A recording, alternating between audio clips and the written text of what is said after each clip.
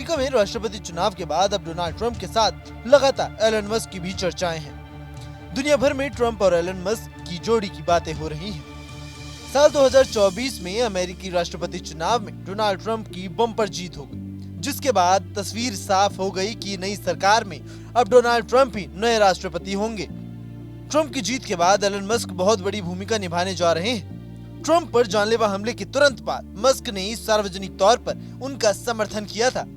तब से ही ट्रंप और एलन मस्क की जोड़ी को लेकर खबरें चलने लगी थी।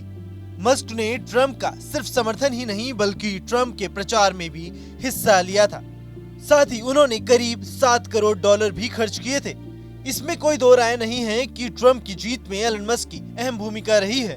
उन्होंने स्विंग स्टेट्स में वोटर रजिस्ट्रेशन के लिए फंडिंग मुहैया कराने में भी मदद की और ट्रंप की नई टीम में मस्क अहम किरदार निभा रहे हैं। लेकिन ट्रंप की कार्यकाल 2.0 में उन्होंने जिस नए विभाग डोग का गठन किया है उसकी तुलना साल 2004 में भारत की सोनिया गांधी के कांग्रेस के अध्यक्ष पद पर रहते हुए एनईसी के गठन से हो रही है। जी हाँ, लेकिन ऐसा क्यों, ये हम आपको बताएंगे। ट्रंप अपने दूसरे कार्यकाल के लिए अपनी टीम का एक गठन कर रहे हैं, जिससे कि अमेरिका की नई सरकार उस गठन कमेटी के साथ ही आगे बढ़े। ट्रंप ने जिस डिपार्टमेंट का गठन किया है उसका नाम है डिपार्टमेंट ऑफ गवर्नमेंट एफिशिएंसी यानी डोग। नाम से ये एक नया विभाग सुर्खियों में है। इस विभाग की अगुवाई की कमान एलन मस्क और भारतवंशी विवेक रामास्वामी को सौंपी गई है। डोग का उद्देश्य बड़ी संख्या में संघीय एजेंसियों को बंद कर ब्यूरोक्रेसी के क्लीनअप का है।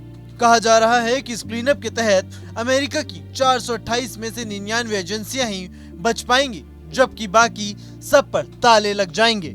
लेकिन डोग की तुलना भारत के करीब 2 दशक पहले गठित एक सरकारी संस्था से हो रही है।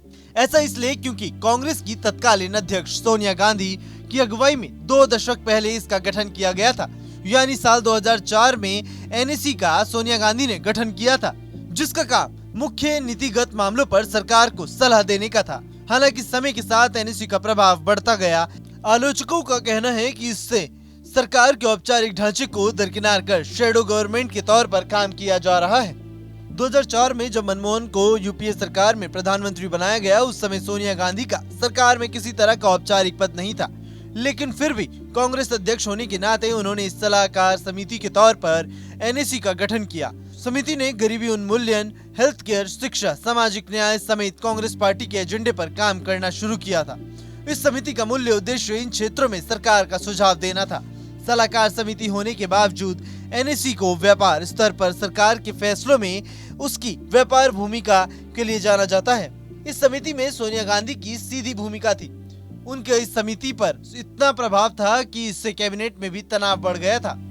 इसी तरह अब अमेरिका में डोग का गठन किया गया है, जिसकी कमान मस्क और राधास्वामी के हाथों में होगी। अब देखना होगा कि अमेरिका में डोग जैसी कमेटी को लेकर अब सरकार में क्या कुछ असर डलने वाला है। साथ में ये भी देखना अहम हो जाएगा कि अमेरिका के साथ साथ दूसरे देशों पर डोग कमेटी का क्या कुछ असर रहेगा। Bureau report, news nation. News nation अब व्हाट्सएप पर खबरों के ताजा अपडेट के लिए न्यूज नेशन के इस QR कोड को स्कैन करें।